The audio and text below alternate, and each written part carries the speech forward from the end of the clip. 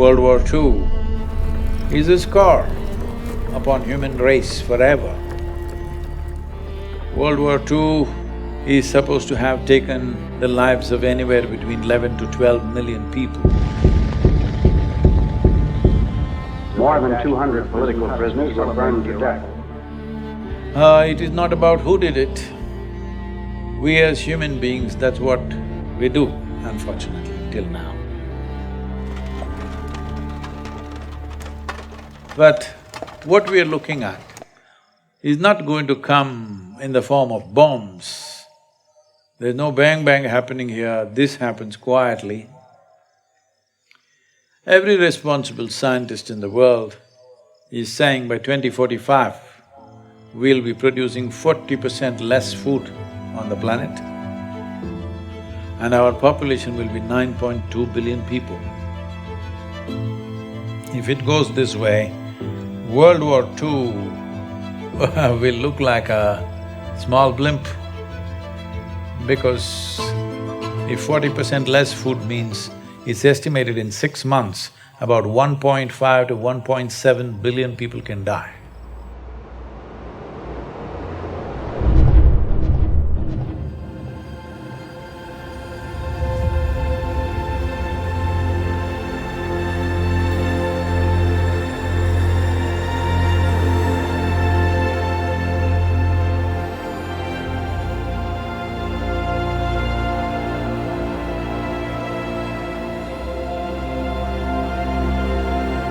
Climate change, food security, nutrition security, water quality, water renewability, biodiversity, land grab, political stability.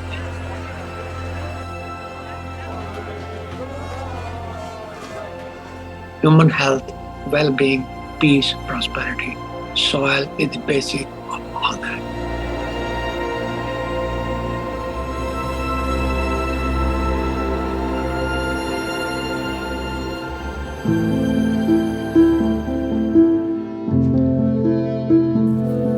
Soil is a basic entity on which all terrestrial life depends. 95% of all the food which is consumed by human comes from soil. As much as 95% of all antibiotics taken by human and animal come from soil. So soil and life have evolved together.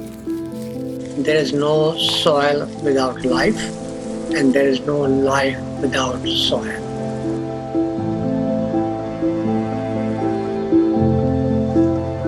In a handful of soil, there are over 5 to 7 billion organisms. And just like how our body functions, the food that we eat, actually we cannot digest all by ourselves. We don't have the necessary enzymes and alkalines to digest this completely. Only because of the microbial gut microbes that are there, we digest food. The same is true with all the plants and trees. They cannot take the nutrients from the soil by themselves. They need the help of the microorganisms.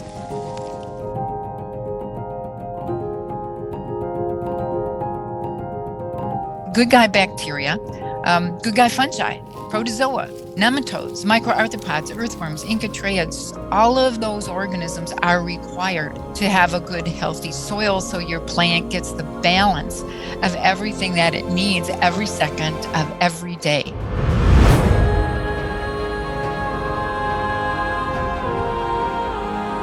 The first 15 inches, 12 to 15 inches of soil is responsible for 87% of the life on the planet, including you and me. And that today we are using machines where they're plowing almost like 12 to 14 inches deep and leaving it open to the sun. This is like we peel off our skin and stand in the sun, you know? You will be screaming. That's exactly what the land is doing. Land is screaming, but nobody's hearing. Just plowed and left open, killing all the microbial activity.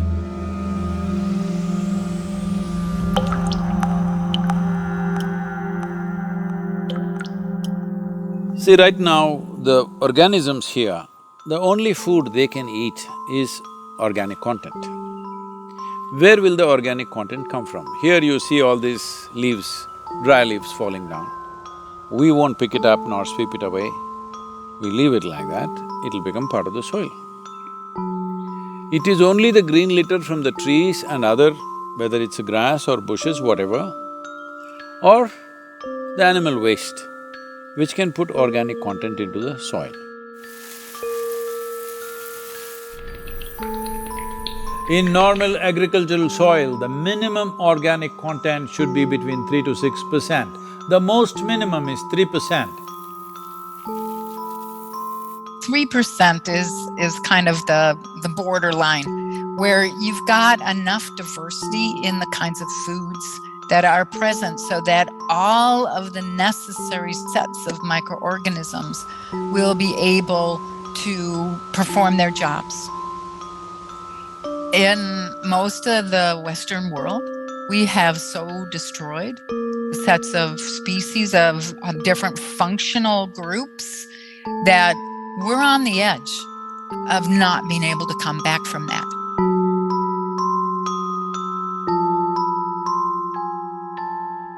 Over 62% of India's soil has organic content less than 0.5%. Entire southern Europe, the soil organic content is just around 1% or below. Over 50% of the topsoil in whole of United States is gone. You've heard of dinosaurs going extinct, dodos going extinct, but this is a question of soil extinction. See, this is sand. If you add enough organic content into this will become rich soil. Similarly, if you take all the organic content out of the soil, it will become sand. So this is called as desertification in the world. World's agricultural soils are becoming sand or turning into a desert largely across the world because there is no organic content.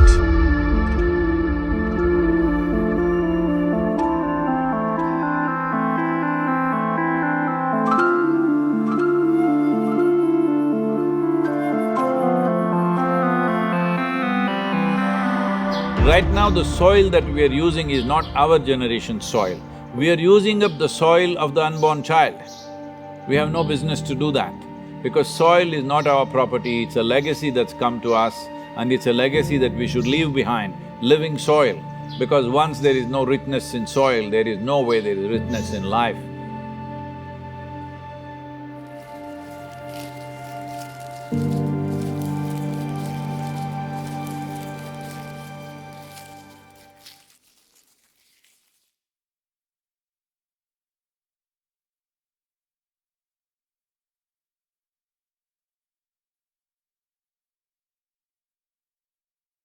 Right now, United Nations statistics say that we may have agricultural soil only for another 80 to 100 crops. This means it is a matter of 40 to 50 years. After that, there could be severe food shortages and getting rich organic land or soil will become the basis of battles and wars on this planet.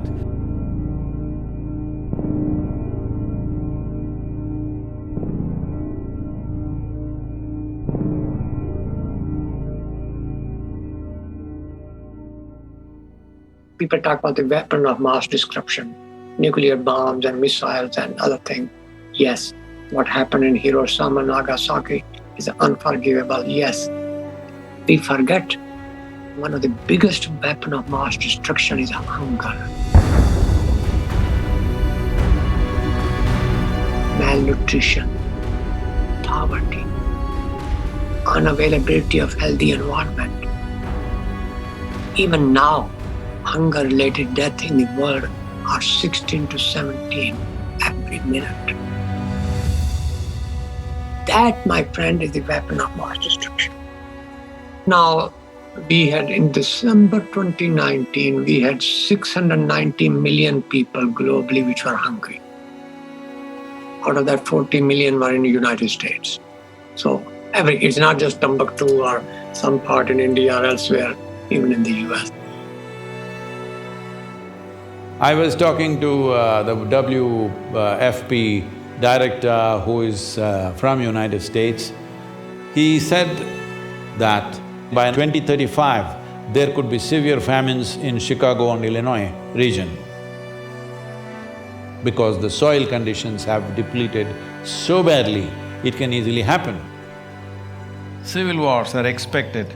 By 2035, 2040, they're expecting many civil wars within countries because not everybody in a given country will have food, so naturally there will be fights. If 40% less food in India means 40% of the people don't have food, you think they'll just get hungry and sit in a corner? No, they will do things that you can't imagine. You must understand, whole human civilizations have been built only because of the fire of the belly to fulfill this. The same fire which built human civilizations can burn the damn thing down if it is not quenched. Do not underestimate that.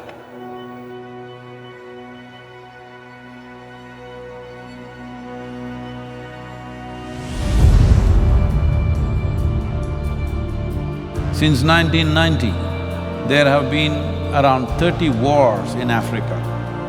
27 of these wars were fought for the sake of acquiring fertile soil. The great revolutions of the world, the Russian Bolshevik Revolution of 1917 was mainly for bread. Even their slogan is peace, land and bread. That is the slogan of the Russian Revolution. Food scarcities in France were the main trigger for the French Revolution.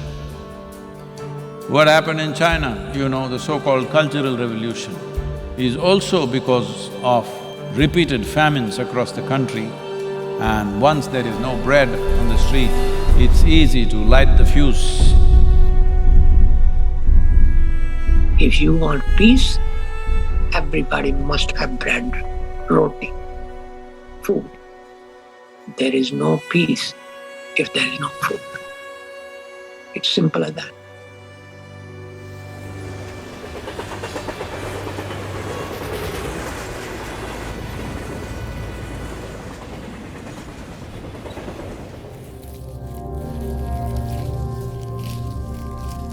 Soil is a most neglected part of the human environment. Degrading soils means losing and wasting potential food today and forever. A human being, like other animals, are requiring a fairly complex diet and many nutrients. And these nutrients we get through our food, and that essentially depend on the soils.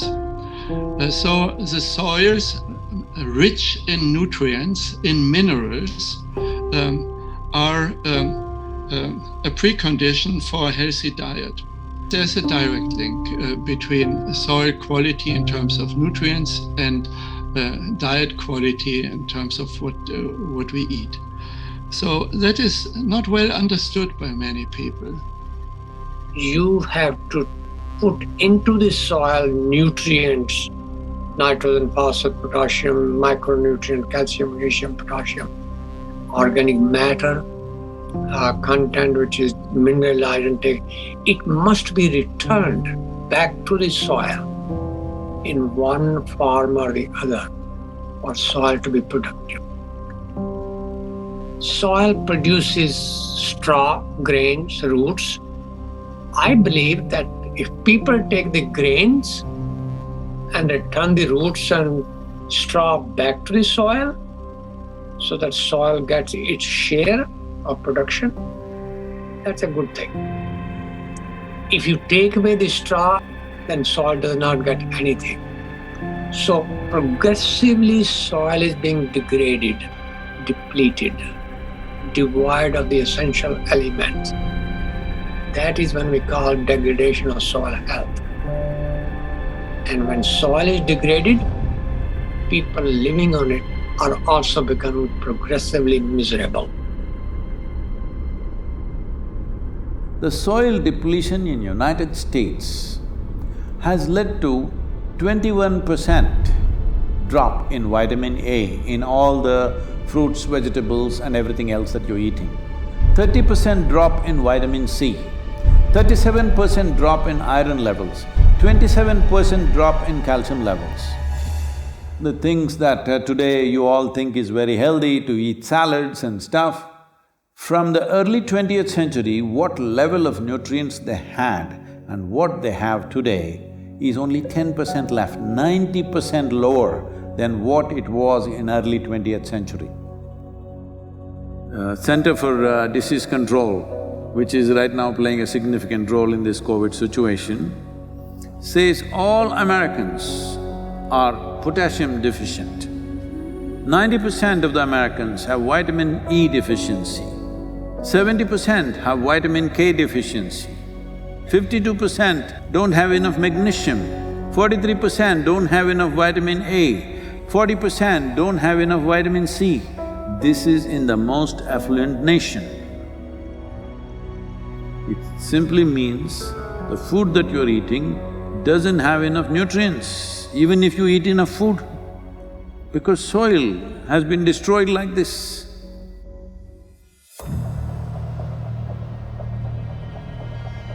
One serious problem that the world is facing right now is, by 2030, it is expected 1.6 billion people will migrate.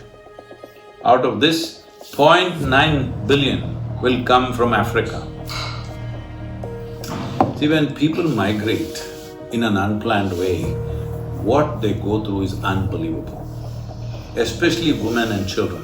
What they go through in unplanned migration where they're being dragged through all kinds of unfamiliar terrain, what happens to them is unbelievable. Nobody should face this. All young women like between 14 to 18 years of age, they're being seriously exploited. It is expected that in India, about 220 million people will move to urban centers in the next 8 to 10 years' time. Tell me, in your city, do you have place for another 20-30 million people extra? This will happen in a big way across the world.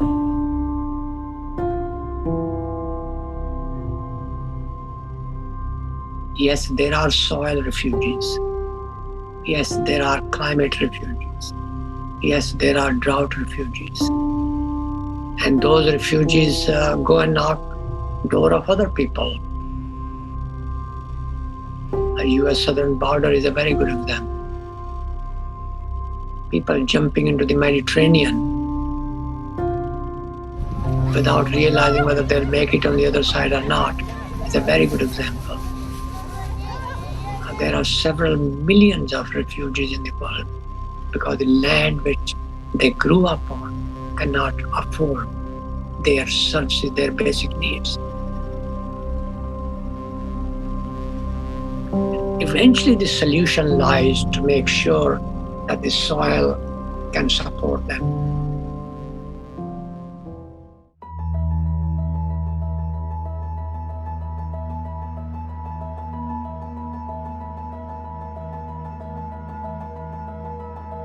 There is a very strong link between soil degradation and global issues. For example, climate change. So, current civilization, I call it carbon civilization.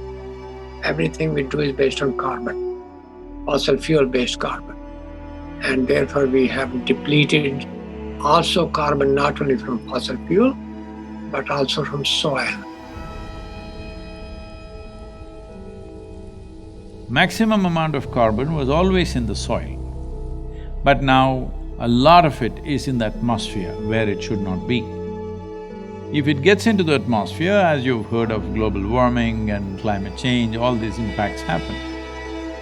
But nearly 40% of this is happening simply because soil is left open. For this, the main contributor is agriculture or open lands. The same soil which would have taken carbon dioxide and methane from the atmosphere is now releasing it simply because we are leaving it open and there is no life or microbial activity.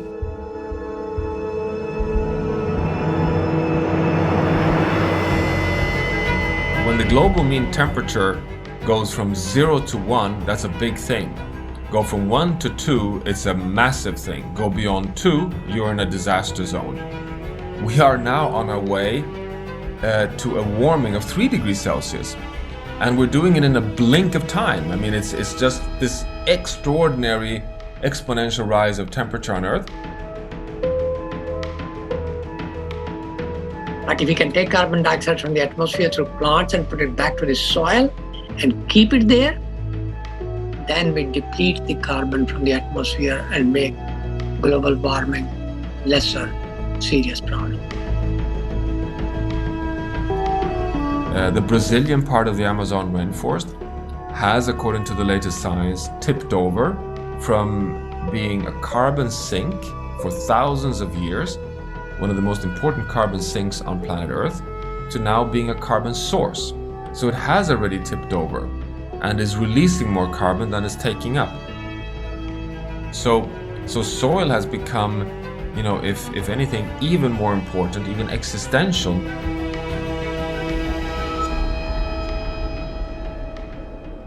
See, the whole life process on this planet is carbon-based. So, the same goes for a blade of grass, the same goes for the coconut tree, the same goes for every other creature on this planet. Essentially carbon. Where is all this carbon coming from? The great miracle on the planet, in the process of evolution of creation on this planet, is photosynthesis. A limitless amount of energy coming there from the sun. Using that, the atmospheric carbon is absorbed and it goes through a whole series of process through millions of microbial life and gets stored in the soil. What gets stored in this way, going through 3 to 4 cycles of microbes, this gets stored up to 1,000 years minimum. We've become a geological force of change. We are at risk of destabilizing not only, you know, local ecosystems and local living conditions, but the entire planet.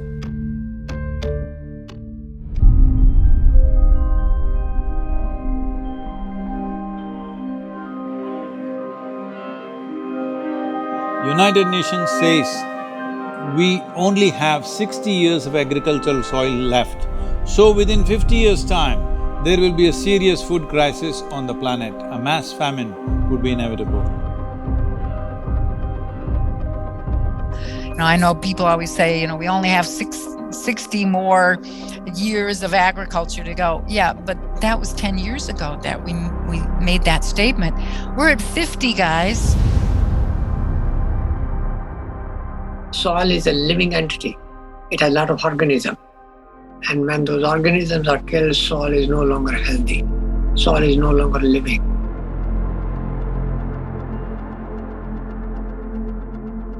Soil cannot create the ecosystem services. When soil dies, everything else dies with it, including us.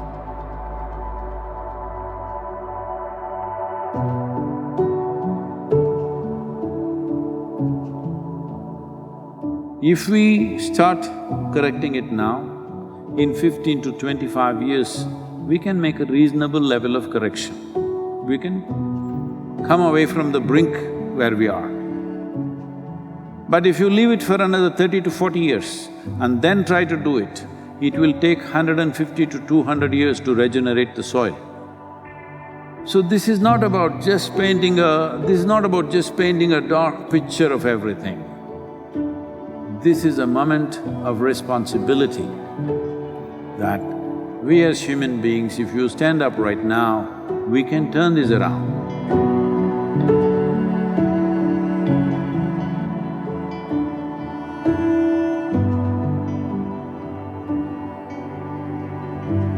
Soils is the very basis for biology and human life, but we also know that we cannot destroy nature to feed humanity, because that will threaten the stability of the planet, which means the life support for humans and all species on Earth. So we now need to be caretakers of soil. The cost of action is much lower than the cost of inaction, dealing with soil and land degradation. But it's not something which the individual farmers can do. It has to have a large regional, if not global, initiative.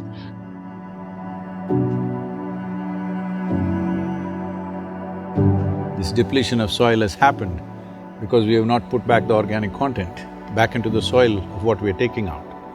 So we are seeing how to get a policy in 192 countries to make this the norm, that if you own agricultural land, minimum 3 to 6% organic content must be there by law.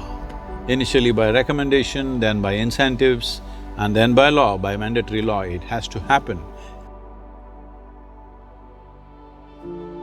If it's not in the law, then we don't know what they will do tomorrow. That's what we have done, isn't it? From previous generation to this generation, in one generation we've ruined it because there was no law. If there was a law, minimum agriculture content should be… organic content should be there in it, we would have kept it that way. So first and foremost thing is to bring the law. To bring the law, what is needed? This is a democracy. That means people are the power, it's people's power. That's what it means. So there are two very powerful things in your hands right now. One is your vote, another is your microphone. Hello?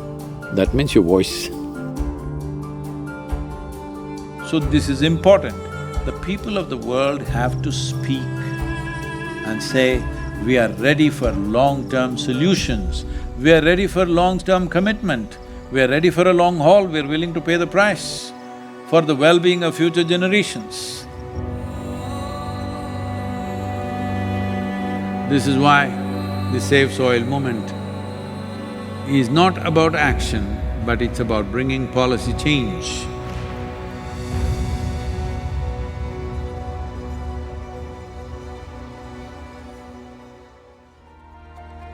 As a part of this, I'm 65 and I'm riding 30,000 kilometers across 24 nations to activate support from the citizenry. We are trying to get about 3 to 3.5 billion people to speak about soil for these 100 days.